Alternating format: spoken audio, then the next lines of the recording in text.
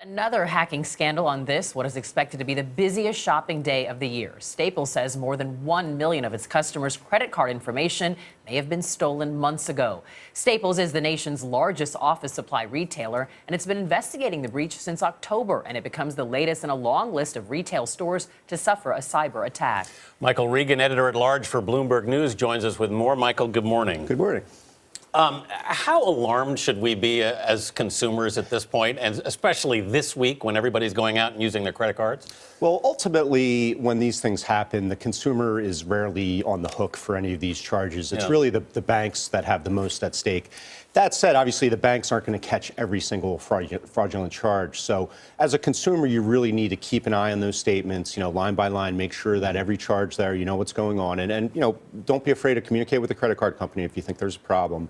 And really just be aware that this type of thing can happen. As you said, this is the busiest shopping time of the year. These criminals targeted Staples during the very busy back-to-school season for them when people were swiping, left and right. Even if they're just going to buy a couple copybooks and pens, there's a lot of people in there. But, the back-to-school season is like June, July. So why did it take so long to figure out the breach and the reality for the people that have been breached? Could this affect their credit score moving forward? Probably not. The banks will wipe out any of the fraudulent charges from their credit score. And as you said, the first sort of signs of it were at stores in Springfield, Pennsylvania and Jersey City, New Jersey, about July 20th. They found it at those two stores first.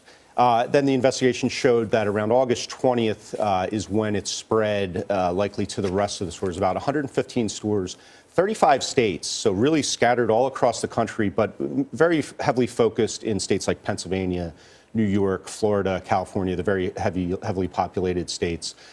So the way these things work is typically the criminals gather up all the data and then they sell it on the black market to other criminals who then go and run up a flurry of bad charges. And then the banks are sort of the cops on the beat that put it all together. Michael, when you look at this and you look at something it's happened at Target, it's happened at Home Depot, now we're dealing with Staples, Sony. It looks like nobody's safe. It's a growing problem, and this one was more than 1 million customers. If you look back at Home Depot and Target, you're talking 40, 50 million customers. And it's a growing problem. And this point of sale attack, where they literally take your information right as you swipe the credit card, is a problem that they haven't quite been able to fix yet. They're trying to encrypt the data, and they're bringing in all sorts of consultants to try to figure out how to do it. But it's a problem that's probably not going away anytime soon. Not what we want to hear while we're shopping the most. But Mike, thank you so much. Thank you.